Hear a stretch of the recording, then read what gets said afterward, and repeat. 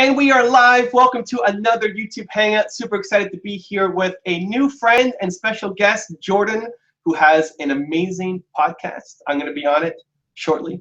That's right. Talking about charm. It's called The Art of Charm, one of the top 50 podcasts. You can go check out, download. He's on today to help us talk about how to be yourself, how to talk yourself into and out of almost any situation that you want to. And I'm super excited to learn how I can maybe be a little more charming myself. Jordan, welcome aboard, man. Thanks for having me, man. I appreciate it. I love the background. Are those acoustic panels with photos printed on them?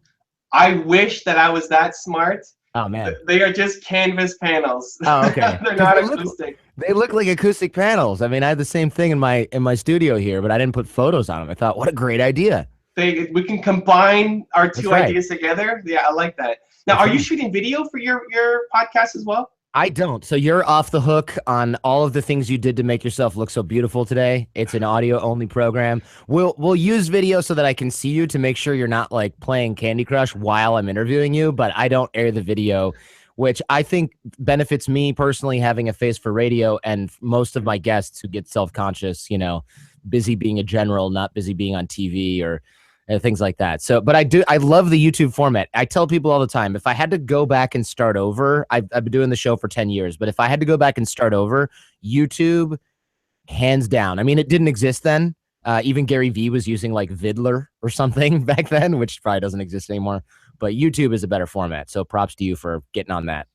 Cool. Well, before we dive too deep, can you just give my audience a little bit of an overview of the Art of Charm, what you're all about, what you're doing, a little background? Yeah. Absolutely. So what I do at The Art of Charm, there's a show, of course, by the same name, which I host.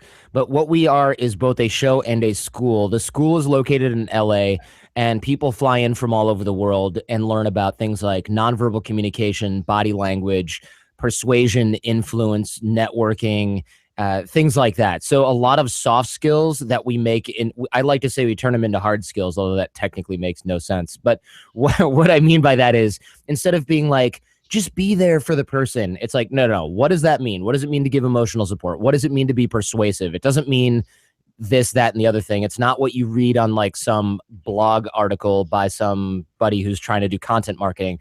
I'll have a real person in here talking about this. And so on the show, we try to also teach this very similar and same content. So I'll have like, I had Tony Hawk on recently, and he wasn't just talking about skating. He was talking about, look, man, building a business in this world that nobody cared about for 10 years and then became this cutthroat competitive market space. Like, why did he choose to make that brand? How has he protected his brand? How has he become famous in the face of all of this like corporate industrial might in his face? I've had General McChrystal on, who was our theater commander in Afghanistan and Iraq, special forces guy, and just he was dismissed by Obama. So I went through like, how do you make tough decisions where people could die? And then also on the other end of that, if you screw up, not only are people going to die, but then your career's over. And so I talk about the decision-making process when it comes to that, because I think that those of us where our biggest decision is, do I go to Starbucks or Coffee Bean, can also benefit from different modes of thinking. So I try to convey mindset in the show. And again, it's all stuff that's practical and applicable, not just like, you can do it. Because I think inspiration's cheap, you know, it's so easy to find, and it's actually hard to apply and become successful. So those are the people I like to deconstruct. I love it. Now talking about being able to talk yourself into or out of any situation, what are some of the things that people need to keep in mind, or when somebody shows up at your school, kind of day one, newbie, what are some of the most foundational things that you need to break or they need to understand before they're ready to move forward with some of the tactics? Sure, definitely. I think this is kind of a funny question in a way, because there are two sides to the learning coin the first day at AOC. The first time people come in, generally our perception of how good we are at how I should say, how well we have a handle on these skills is always way off. People either come in thinking, look, I'm really good with people. I'm great at generating rapport. I'm pretty good at reading body language.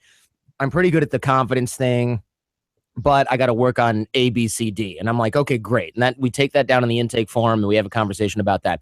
Or They come in and this is more like guys like me come in and go, I'm not that good at this. I'm not that good at that. I'm really not good at this. And then I have to, as an instructor and my team in LA, Johnny and AJ and Fern and all those cats down in LA, they have to take that guy and go, no, here's actual proof that you're better at these things than you know. And now we're going to build the skill set. So one of the things that we do on the very first day is we videotape people in real interactions. And then we show them their body language, their nonverbal communication, the way they sit, stand, walk, and talk. And either they're thrilled because we're building on this foundation that they didn't know they had, or they're ready. I won't say horrendously disappointed, but some of other people are less than thrilled, but they are then ready to learn because their ego has kind of been whitewashed by the videotape, because that tape don't lie. Does that make sense? Yeah, it does. So nobody has a, I kind of think, for me, it kind of, I think about people's relationship with money. I don't think people grow up having a healthy relationship with money. They either like it's everything and it's the only thing that matters, or like, oh, I don't deserve money. Like, I shouldn't, I can't go out and get that. And so at some point you need to learn the right relationship. And so I think it's the same thing. People don't have the right expectations going in. That's interesting. What are some of the basics then? Like, I want to be more charming. I see how that's going to impact my career, my business, my relationships. What are some of the foundational things that you work people through? Sure. So I'd love to give a practical drill / exercise that everybody watching, hanging out with us can actually apply right away, starting today. Is that cool? Does that fit your model? Let's do it. I love it. Can I do something? Am I moving around? What am I doing? Yeah, moving around. Well, okay. So essentially, and I'm going to stand up too. And I know that made no difference whatsoever. Judging, apparently when I sit, I'm as tall as I am when I stand on camera. So the way that this works, this is called the doorway drill. And I'm going to back up and talk about why this is important at first. So the doorway drill is essentially a first impression drill. And most people think their first impression, I don't think it's up for debate. Your first impression is very important, blah, blah, blah. You never get a second chance to make your first impression. Cliche here, cliche there. That stuff is well known by everybody. But what most people do not know is that your first impression is not made when you open your mouth to say something. It's not made when you want to make that first impression. And that's very important to know. What I mean by that, and just to put this in kind of like a funny dating context, is if you're a guy and you're walking up to a group of women, your first impression is not made when you walk up and you're like, hey, ladies, what are you drinking? Or whatever, corny thing you've got on deck. Your first impression is made when you become a blip on other people's radar. And so what that means essentially is that when they see you, that's your first impression. And the next 20 minutes of you hanging out with your friends and interacting with other people and not them, that makes up the bulk of your first impression. It's not controlled by you. And what that also means, since it's not what you say to them when you want to say it, it means that it's based on a visual assessment of who you are. And this goes back to evolutionary psychology, and women are much better at this than men are because of the way that the safety concern that women evolved over hundreds of thousands of years in the human species, and stuff that doesn't concern us here. But what this means essentially for us is that the way that you sit, stand, walk, and talk is more important than the words coming out of your mouth, especially before you've actually had a chance to come up with your clever little opener and deliver it. And this is extremely, extremely important to know, because this changes the time frame, the window in which your first impression is made. It's much, much earlier. So instead of it being when you decide to go over there and chat after you've had 3 Jack and Cokes or whatever you're doing, it's made when you walk down the stairs into the venue, or if it's made when you step into the boardroom for the meeting. It's not made the first time you say something. That's counteracting your first impression or bolstering it. It's not your actual first impression. And when I worked on Wall Street, I used to be an attorney in a past life here. And I used to sit in meetings and conference calls and think of something really, really smart to say and be on my BlackBerry and looking at the case stuff. And I would say something and I'd be so proud of myself. And then after the meeting, inevitably, one of the partners would say, hey, you look a little bit checked out. And I'm thinking, what? I'm the one who spoke in the meeting. How am I checked out? And I'm checked out because everything I did before I spoke was looking at my BlackBerry, looking at the case law, looking at the facts, trying to make myself small so nobody called on me, just like I did in school, right? I mean, this is very familiar. So the doorway drill seeks to counteract that by building up your nonverbal communication, which is actually the bulk of your first impression. Because remember, it's not about what we say, it's about what we look like beforehand. And most of us are so self-absorbed, we don't manage our nonverbal communication. So the way that we do this is we stand up straight, chin up, chest, shoulders back, and a smile on your face, right? And you don't have to exaggerate it. You don't have to look like a serious weirdo when you're doing it. You're supposed to memorize and sort of get a feeling for how your body feels when you're doing this. And this is very important because we need to relegate this to the level of habit. Because what most people do is they go, okay, my first impression's made, not when I open my mouth. It's made when I become a blip on the radar. Okay, so next time I go to this networking event, or next time I go out, or next time I go get coffee, or next time I do this, I'm going to make sure that I stand up straight and I got my shoulders back and my chin's up. But the problem is, if you try to manage this stuff consciously, what happens is now I'm talking to you and you're saying something and I'm like, oh, is my chin up or my shoulders back? Okay, smile on my face. Oh crap, what was Evan talking about? Oh my God, I wasn't listening. He's gonna know I wasn't listening. Wait, oh crap, he's still talking and I'm still negative self-talk, feedback loop from hell. And then the plane just crashes into the mountain. And so what the doorway drill does is, if we remember how this feels and how it looks, and we do this every time we walk through a doorway, we reset our physiology to this particular set of this particular stance, this particular body language, this open body language, positive body language.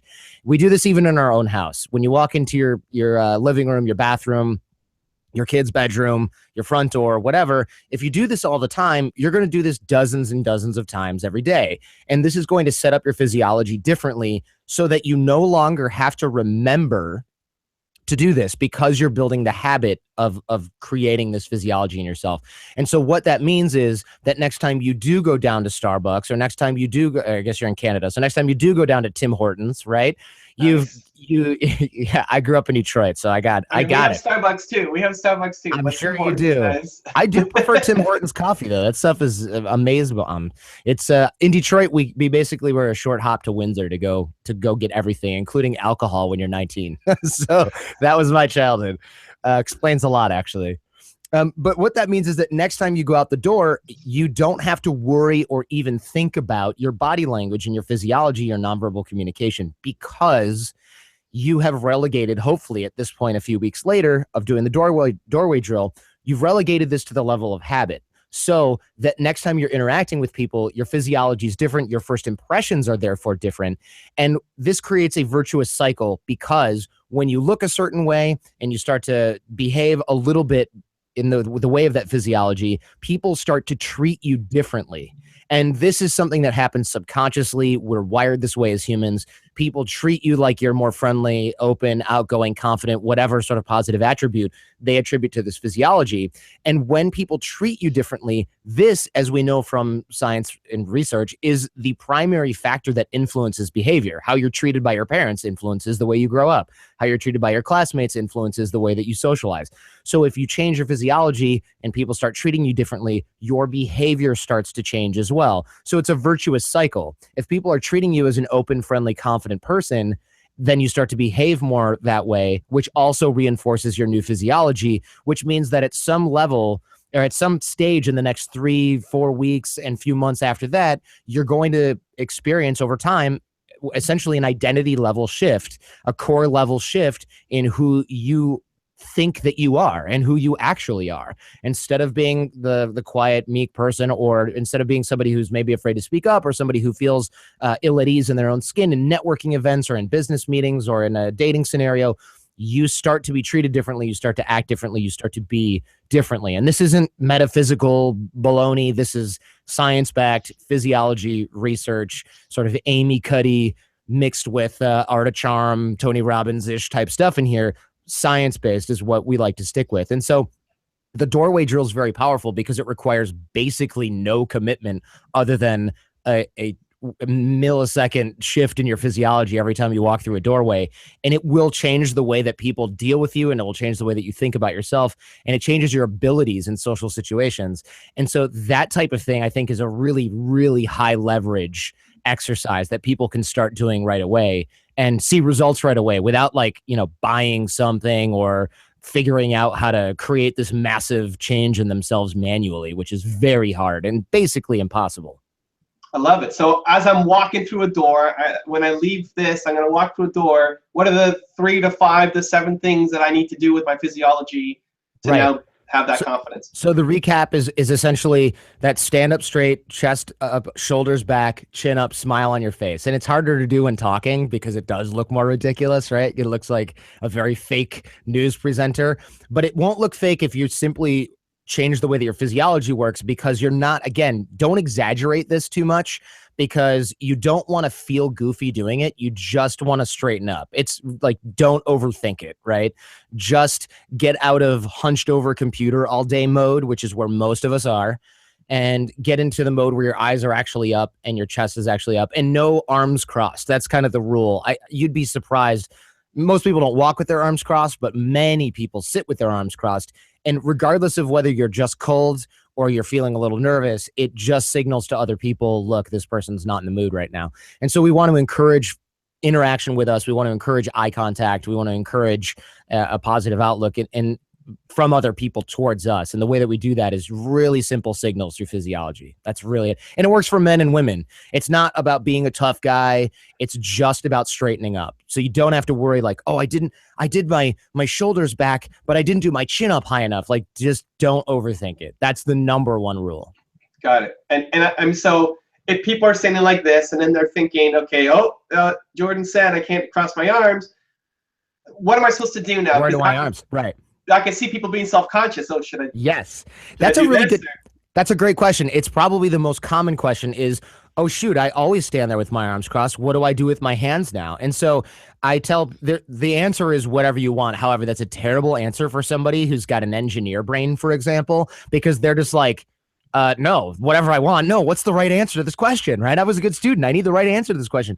And so I would say either if you're holding something in one hand, then fine, just have the other hand in your pocket with your thumb out. That way you're not tempted to do something weird in your pocket that looks awkward. Just, fingers in, thumb out. Or you can just have your hands resting kind of like this or like this, just clamped, and just have them in front of yourself. It's still a little bit closed. It's not super ideal, but it's certainly better than this. And what I'm trying to stay away from here is making people self-conscious about what they're doing, even and now that they're straightened up, because the truth is it's just as easy to look awkward by doing something like this while being straight up and then just trying to look like a tough guy or feeling that you're being perceived that way. So whatever you do with your hands is probably fine. It's just a matter of having that open and positive body language and not being as fidgety. So yeah, if you're used to doing this and then you find yourself doing a lot of, this stuff all the time because you're not sure what to do, the easiest thing that we teach the AOC students at workshops who really can't stop fidgeting is just fingers in pockets, but thumbs out. That way it's really hard to fidget. It's really also hard to do that thing where you have your hands in your pockets and you just look like you're really suspicious because you're hiding something. And then ideally, if you're just hanging out at a networking event or a business meeting or something like that, and you have coffee or a beverage, you hold that in one hand and the other hand can either go in your pocket or just rest on a table. It's like, I know that this sounds super, super simple, but if you start to look at what we do on a daily basis, most of us, we're just all over the place. We're not thinking about it. And we tend to wear our emotional state on our sleeves non-verbally, which is the natural state of us as humans. However, if we look uncomfortable or unfriendly or scared when we do that, it's not doing us any favors. And it's making that first impression a pretty poor first impression. So let me ask you this. This is interesting because I will fidget a lot with my ring. I know we're both married. I don't know if you fidget a lot, but I'll play with it as I'm thinking. Like I like to have something while I'm thinking or being creative, not of a nervous like, oh, I'm afraid to meet this person and I'm like, what do I do? Right. But if I'm in a brainstorming meeting or having a conversation with somebody, like the ring is coming off and I'm like flicking it around or. So what is it like? I have it on my thumb a lot. What is that? What do you think about that? What's the message I'm giving out by doing that? I haven't seen it happen that much in real time, but what that would signal to me is actually, and what I think your brain is probably doing subconsciously is activating what's called the default mode network. And tell me if this is true for you. When you're in the shower, are you ever like, oh my God, I'm so doing that. That is such a good idea. When you're in the shower, driving, That's generally kind of, or maybe out for a walk. Those are kind of the top three idea generating things throughout history. And if you look at famous people, I mean like famous inventors, Edison, Einstein, Thoreau, all these guys, there's a chart somewhere on the internet, and I can try to find it, or maybe one of us can try to find it. It charts what their days were like. And from their journals, which of course all of these guys left back in the day, it charts what their days were like. And so every day, a lot of these guys, Tesla, Edison, they all took long walks, anywhere from half an hour to 3+ hours on any given day. And that was a mandatory part of their routine. And the reason was, in retrospect, of course, they're probably activating their default mode network, which is their body's doing something that's taking up a certain percentage of their cognitive resources in order to manage. You're trying not to drop your ring. You want to know where it is. You're experiencing a certain feeling of having it on your thumb, another feeling of having it on your ring finger, another feeling of having it on your pinky. That is keeping the logical part of your brain, the prefrontal cortex, essentially busy enough so that the other parts of your brain, which have hundreds/thousands of times more processing power, those things can then fire off without being corralled by the parts of your brain that want to make sure that, make sure the ring's on the right finger, make sure you don't forget your coffee, make sure you pick up the kids from school. That stuff is all being taken up, that all that processing power is being taken up. And that's why your brain can then come up with great ideas. That's why we come up with amazing ideas when driving, and then we forget how we got home. And then we come up with amazing ideas in the shower, and we think, did I wash my hair already? I mean, it depends. Pretty soon I won't have that problem, but it'll be something else right at that point. And so we're activating that default mode network. It depends on how you're fidgeting. If you're fidgeting and you're looking around and you're micromanaging in your head how you're being perceived by others, that's a lack of comfort in your own skin. That's going to put people off. However, if you're just messing with your ring while you're thinking about something, it's very, very natural. And it's actually probably helpful for your brain to be creative while you're doing that. Right. Yeah, I mean, this whole time I've been just been playing with the ring. I think it definitely helps me. I'm worried. I'm not thinking how would people judge me. I'm thinking though now, right, as you bring it up, like, is that I still probably won't change it anyway because I got to be me, but I'm wondering what the perception would be.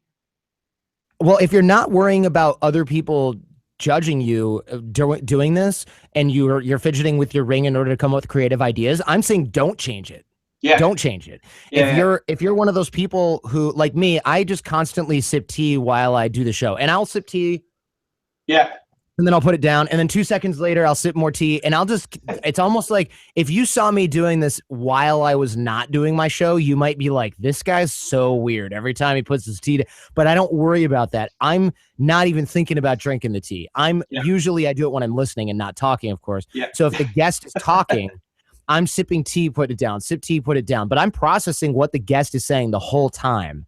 And that's been very important to me. When I don't drink the tea, when I don't create something for my prefrontal cortex to do while the guest is talking, I've found over the years that I end up going, oh, man, I'm almost out of cough drops. Damn it, what was he just talking about? I forgot. Dang, right? I just end up with this weird kind of hyper brain that is not conducive to being a good listener. So I've learned how to cope with that by figuring out how to keep that part of my brain busy. And most creative types have done this. That's why you see creatives doing weird stuff all the time. And some of the most creative people around, unfortunately, have issues with substances that also limit what that part of your brain can do, because it's driving them freaking crazy and it's keeping their potential at bay. Unfortunately, there are side effects that go along with alcohol and painkillers and things like that. But the reason they start doing that stuff in the first place is largely because of that creative process. And you hear creatives all the time say things like,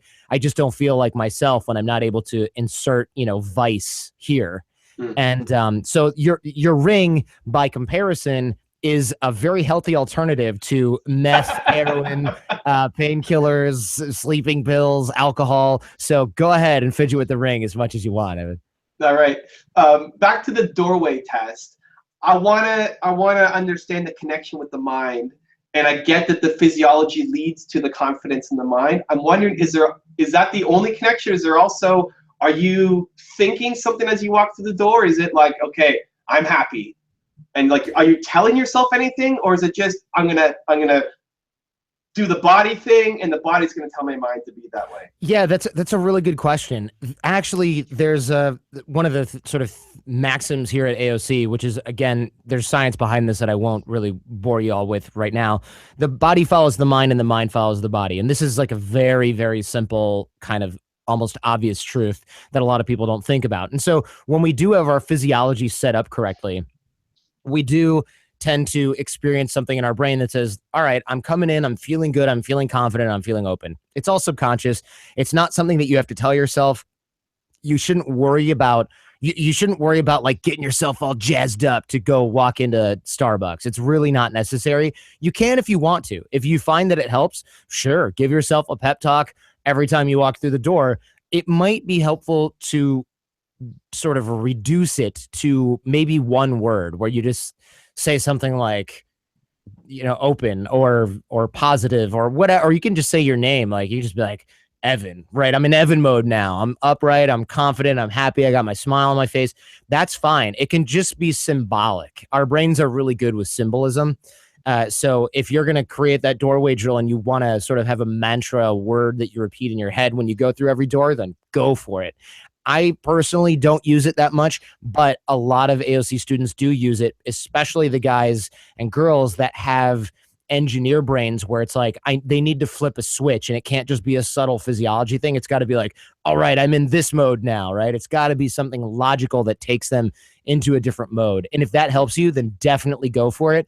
But do avoid the self-talk where you go, okay, I'm walking in here, I'm going to be upright, and oh my, there's a lot of people in here, so I got to make sure that I do that, because that can spiral into what we call being in your head, which is worrying a lot about how you're perceived by others, which is the actual opposite of what the doorway drill is supposed to accomplish. Does that make sense? Yeah, no, absolutely. People in the live chat are well, first of all, they're loving you. Lots of comments. I like this guy, but also they're laughing because my book is called Your One Word. So you like tell yourself one word. So maybe that was a little subconscious thing. Nice parallel. I think of this documentary I saw on Regis, and every time he left his office to go into like studio mode, he would also touch the top of the door. Yeah. And so do you ever incorporate that? Like as you're walking through, like a physical reminder, like touch the side of the door or touch the top of the door, and that sets you up? Or you can. Yeah. I mean, the reason I think that he may have done that, and it's funny, I haven't seen that documentary, but I definitely want to check it out. He's a funny guy. I've seen him a lot because I used to work at Sirius XM satellite radio, and he was in there. And I actually remember one time I was going to the bathroom before my show when we were doing it live in Times Square, and I'm going to the bathroom, and I look next to me, and I look over, and there's this like, shorter guy, and I'm like, oh, hi, how you doing? The polite urinal small talk. And he goes, how you doing? And I was just like, oh my God, it's Regis Philbin right next to me. And man, is he tan for a guy who lives in New York, really tan. I lost my train of thought. Oh yeah. So tapping the side of the door and things like that. That will work, especially if it's always the same place. I would avoid doing that like every time you walk into the airport, Starbucks, some random office, because it can backfire on you. I've definitely seen there are times when you can't do it, and then you're going to end up with a physiological hang. But for example, this studio, I walk in here. Every time I walk in here, I walk in pretty much the same way. I turn on the studio lights. I have a remote that turns on some of these other lights, some of which are off that you can see behind me. And I've got all my audio gear here that has, there's all this digital stuff, but I got this analog stuff because it has just a jillion switches. And I like flipping those switches and watching them warm up and hearing like the zzz, right? I like that because that's like, all right, this is happening. We're going on air. And I find myself getting a burst of energy from that. It's a ritual. Humans are wired for ritual. So I would say, yes, definitely do it. If you get to your office and the first thing you do is make yourself a cup of tea and throw in a piece of trident or something like that, then that can be your ritual. But it shouldn't necessarily be something that you transport with you everywhere you go, because if you can't do it, you end up with a little, like an unflipped switch in your head, and you'll worry about it, even if subconsciously. And also, the other thing is, it loses meaning if it's something you do every time you walk through a doorway, because the point of the doorway drill is your physiology is going to stay positive, and it's going to change the way that others perceive you, but it doesn't have to be you getting psyched up. And so you shouldn't need to psych yourself up every time you walk through a doorway. It would be impossible to maintain that level of energy and emotion throughout the day. So the drill would then lose meaning. The gesture of tapping the door would lose meaning. You see guys like you said with Regis, he taps the doorway to his studio. He probably doesn't do that when he walks into the can, right? He's probably like, all right, this is business as usual. The other things on camera in front of a million people, one is decidedly more important than the other. You got to witness it. Did he touch the door, Jordan? I know. Now I'm like, did he touch the door before he went in? I don't know. I don't know if he tapped the side of the door. Cool, man. Well, it's amazing how quickly half an hour flies by. Oh, man. my gosh. Really appreciate the love, the energy. For people who want to find out more about what you're doing, your school, the podcast, where are they going?